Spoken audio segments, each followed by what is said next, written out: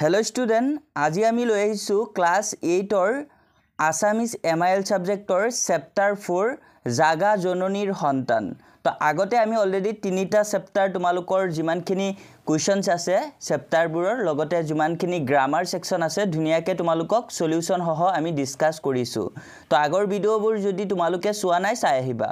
তো আজি ভিডিওত আমি চেপ্টাৰ 4 অৰ্থাৎ জাগা জননীৰ সন্তান এই চেপ্টাৰটোত থকা সকলোবোৰ প্ৰশ্ন উত্তৰ আৰু লগতে তোমালোকৰ ইয়াতে থকা ব্যাকৰণখিনিও আমি ডিসকাস কৰিম। তো বলা আমি ভিডিওটো আৰম্ভ কৰো আৰু ছাত্ৰ ছাত্ৰীসকল ভিডিওটো আৰম্ভ কৰাৰ আগতে তোমালোকে আমাৰ চেনেলত যদি আজি নতুন আহিছা তেন্তে আমাৰ চেনেলটো সাবস্ক্ৰাইব কৰি ৰাখিবা যাতে এনে ধৰণৰ তোমালোকে ভিডিওবোৰ সদায় পাই থাকা। আৰু তোমালোকে এতিয়া ক্লাস 8 ৰ পৰা ক্লাস 12 লৈকে আমাৰ IH টেগ আসামৰ জৰিয়তে তোমালোকে প্ৰিপাৰেচন চলাই যাব পাৰিবা। IH টেগ আসামে তোমালোকে প্ৰতি ইয়াৰতে তোমালোকক হেল্প কৰি যাব। তো বলা এতিয়া আমি চাও। তো এই পাঠটি তোমালোকৰ প্ৰথমতে প্ৰশ্নটো দিছে গীতটো হুৰ লগাই গোৱাটো, এটো তোমালোকে গাবা। তাৰ পিছত 2 নম্বৰত দিছে গীতটো ভালদৰে পঢ়া আৰু বুজি লোৱা, তো এটো তোমালোকে চাবা। তাৰ পিছত 3 নম্বৰৰ পৰা আৰম্ভ হ'ব উত্তৰ দিয়া। তো প্ৰথমতে ক নম্বৰত দিছে কবিয়ে কাক জাগি উঠিবলৈ কৈছে, তো ইয়াৰ উত্তৰ হ'ব কবিয়ে দেহ মাতৃৰ সন্তান সকলক জাগি উঠিবলৈ কৈছে। তাৰ পিছত খ নম্বৰত দিছে দুৰ্জয় অভিযান বুলি কি বুজাইছে, তো ইয়াৰ উত্তৰ হ'ব মৃত্যুক জয় কৰি দেশৰ গৌৰৱ অক্ষুণ্ণ ৰখাকে দুৰ্জয় অভিযান বুলি কোৱা হৈছে। তাৰ পিছত ঘ নম্বৰত দিছে দুৰ্জয় অভিযানেৰে কি কৰিবলৈ কৈছে, তো ইয়াৰ উত্তৰ হ'ব দুৰ্জয় অভিযানেৰে মৃত্যুক গছকি দেহ মাতৃৰ জয় জিনি আনিবলৈ কৈছে। তাৰ পিছত নেক্সট ঘ নম্বৰত দিছে জননীৰ সন্তানক কিহে দুৰ্বল কৰাৰ কথা কৈছে, তো ইয়াৰ উত্তৰ হ'ব জননীৰ সন্তানক কৰ্মহীনতা আৰু কাম পুৰুষতাই দুৰ্বল কৰাৰ কথা কৈছে। তাৰ পিছত ঙ নম্বৰত দিছে তথাপিও নাই ভয় বুলি কিয় কৈছে, উত্তৰ হ'ব দেহৰ প্ৰতি থকা গভীৰ দায়িত্ববোধ আৰু ভালপোৱাৰ আগত কৰ্মহীনতা কাপুৰুষতা আদি তেনেই তুচ্ছ হৈ যায়। হেহে কবিয়ে স্বদেশ প্ৰেমীসকলক তথাপিও ভয় নাই বুলি কৈছে। তাৰ পিছত প্ৰথমছত দিছে কাৰ জয় নিনাদত শত্ৰু কম্পমান বুলি উল্লেখ কৰিছে, তাৰ উত্তৰ হ'ব স্বদেশ প্ৰেমী জোৱান সকলৰ জয় নিনাদন শত্ৰু কম্পমান বুলি উল্লেখ কৰিছে। তাৰ পিছত দ্বিতীয়ছত দিছে আপোন পাহৰা বীৰক কি বুলি আখ্যা দিছে, উত্তৰ হ'ব আপোন পাহৰা বীৰক দুষ্ময় বীৰ অজেয় নৱ জোৱান বুলি আখ্যা দিছে। তাৰ পিছত 4 নম্বৰ প্ৰশ্নটো দিছে গীতটো বুজি নোপোৱা শব্দবোৰৰ অৰ্থ শব্দ সম্ভাৰ আৰু অভিধান চাই জানি লোৱা, তো এটো ছাত্ৰ ছাত্ৰীয়ে নিজে কৰিবলৈ কৈছে, তো এটো তোমালোকে নিজে চাবা। তাৰ পিছত 5 নম্বৰত দিছে গীতটোৰ মূল ভাৱ লিখা, তো মূল ভাৱটো তোমালোকে এনেকৈ লিখিবা। প্ৰথমতে উত্তৰ ৰূপ কোঁৱৰ জ্যোতিপ্ৰসাদ আগৰৱালা দেৱৰ ৰচনা কৰা জাগা জননীৰ সন্তান কবিতাটি এটা দেহ প্ৰেমমূলক কবিতা। তো তাৰ পিছত তোমালোকে আকৌ পেৰাগ্ৰাফ চেঞ্জ কৰিবা, তাত পেৰাগ্ৰাফ চেঞ্জ কৰি তোমালোকে লিখিবা দেহ মাতৃৰ আহ্বানত দেহে দেহে যুগে যুগে সকলো শংকা আঁতৰাই সু সন্তানসকল নিজ কৰ্তব্যৰ পথত আগবাঢ়ি গৈছে। স্বদেশ স্বজাতিৰ উন্নতিৰ অভিযানত কৰ্মহীনতা অথবা কাপুৰুষতাৰ কোনো স্থান নাই। দেহৰ প্ৰতি থকা অপৰিসীম ভালপোৱাই মানুহক শক্তিশালী কৰি তোলে, জগাই তোলে অন্তৰৰ সাহসী সত্তাক।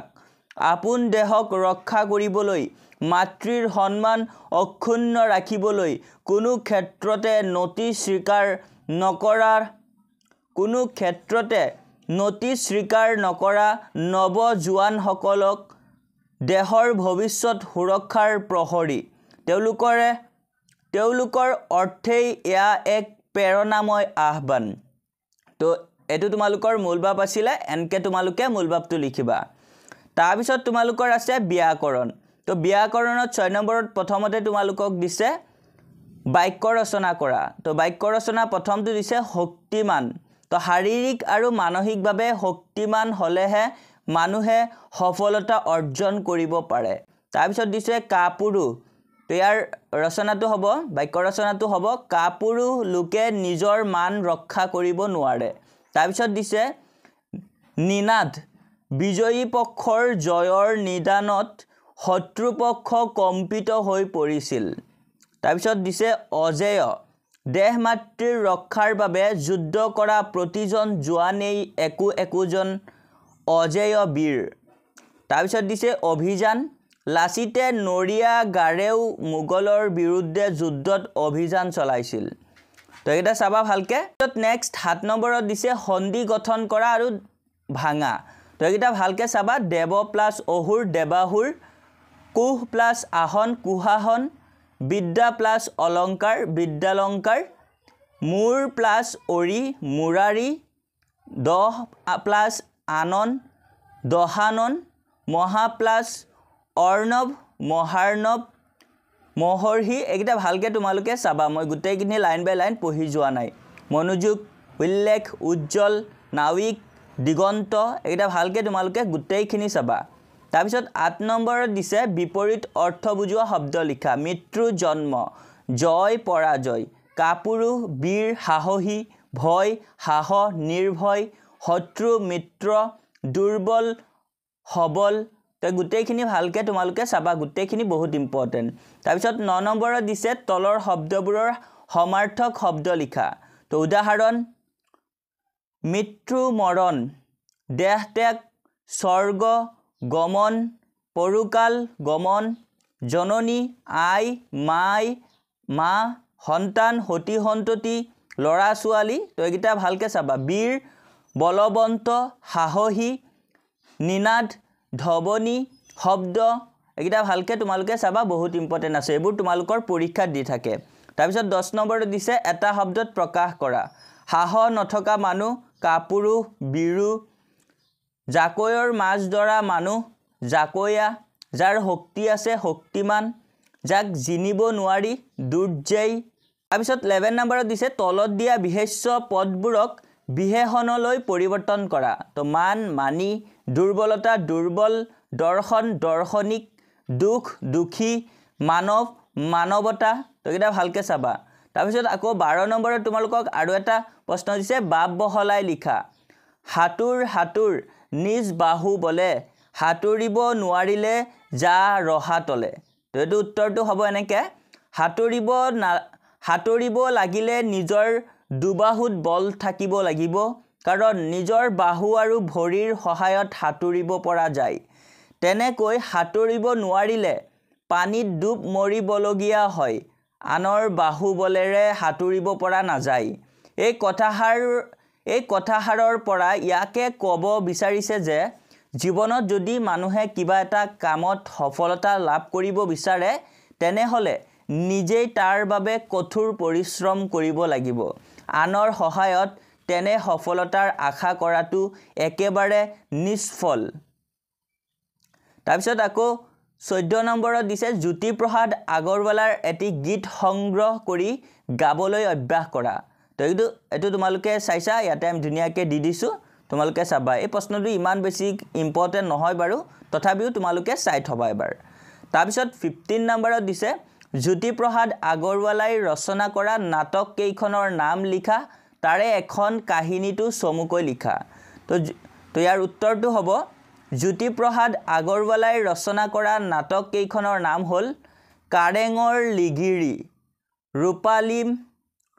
ৰূপালিম সুনীত কুঁৱৰী নিমাতী কইনা বা ৰূপ কোঁৱৰ লভিতা সোণপখিলী কনকলতা সুন্দৰ কোঁৱৰ আৰু খনিকৰ তো এইকেইটা জ্যোতিপ্ৰসাদ আগৰৱালাই ৰচনা কৰা নাটক তো এইকেইটা তোমালোকে লিখিবা তাৰে এটা নাটক তোমালোকক লিখিব দিছে আকৌ তো ইয়াতে দিছে এই নাটকসমূহৰ ভিতৰত নিমাতী কইনা বা ৰূপ কোঁৱৰ জ্যোতিপ্ৰসাদ আগৰৱালাৰ এখনি মনোমোহা শিশু নাটিকা ইয়াৰ কাহিনীটো চমুকৈ তলত দিয়া হৈছে আমাৰ বুঢ়ী আইৰ সাধুৰ অন্তৰ্গত নিমাতী কইনা নামৰ সাধুটিৰ পৰা নাটকখনি ৰচনা কৰা হৈছে ইয়াত গাই দুটা চৰিত্ৰ হ'ল নিমাতী কইনা আৰু ৰূপ কোঁৱৰ নিমাতীক ইয়াত বোধন কৰিবলৈ দিয়া কলালক্ষ্মী স্বৰূপে আৰু ৰূপ কোঁৱৰক চিৰ সুন্দৰৰ প্ৰধান মহাহিদ্য সাধন ৰূপে অংকন কৰিছে। তাৰপিছত দিছে কলালক্ষ্মীয়ে সাধকৰ আমন্ত্ৰণ আৰু বোধন মন্ত্ৰহে উদ্ধোদিত হৈ জগতত হাঁহে। কলালক্ষ্মীৰ হাঁহিয়েই হৈছে আনন্দ আৰু তেওঁৰ গানেই হৈছে বিশ্ব শান্তি। মানৱ জাতিৰ সকলো কলা সাধনাই পৃথিৱীত আনন্দ আৰু শান্তি প্ৰতিষ্ঠা কৰে। মানুহৰ সভ্যতাৰ অধিষ্ঠাত্ৰী হৈছে কলালক্ষ্মী। পৃথিৱীত আজি সকলোৱেই নানা কলা সাধনাৰে এই কলালক্ষ্মীৰ হাঁহি আৰু গান উলিয়াব পৰা নাই। চিৰ সুন্দৰৰ একান্ত সেৱক ৰূপ কোঁৱৰৰ হাতত পৃথিৱীৰ ভাৰ পৰিলেহে পৃথিৱীত সুন্দৰৰ ৰাজ্য স্থাপন হ'ব। নিমাতী কইনা অৰ্থাৎ কলালক্ষ্মীৰ মুখৰ মাত ফুটিব, মুখত হাঁহি বিৰিঙিব আৰু আনন্দৰ গীত বাজি উঠিব। ইয়াই থুলমূলকৈ নিমাতী কইনা বা ৰূপ কোঁৱৰ নামৰ শিশু নাটিকাখনিৰ কাহিনীৰ বিষয়বস্তু। তো তোমালোকৰ চেপ্টাৰ 4 এই চেপ্টাৰটোত থকা তোমালোকৰ এই প্ৰশ্নখিনিয়ে আছিলে। তোমালোকে ভালকৈ চাব পাৰিছা। তো আৰু যদি তোমালোকৰ কিবা ডাউট থাকে এই চেপ্টাৰটোত তোমালোকে আমাক কমেণ্টছত জনাব পাৰা। নেক্সট তোমালোকৰ চেপ্টাৰ 5 ক্লাছ 8ৰ সেই চেপ্টাৰটো আমি ডিছকাছ কৰিম। গতিকে যদি তোমালোকে আমাৰ চেনেলত আজি নতুন আহিছা, চেনেলটো ছাবস্ক্ৰাইব কৰি ৰাখিবা যাতে আমি ভিডিঅ'টো দিয়াৰ লগে লগে তোমালোকে ভিডিঅ'টো পাই যোৱা। তো ছাত্ৰ ছাত্ৰীসকল আজিলে তোমালোকৰ বাবে এইখিনি আছিলে। আশা কৰোঁ ভিডিঅ'টো তোমালোকৰ বাবে বহুত হেল্পফুল।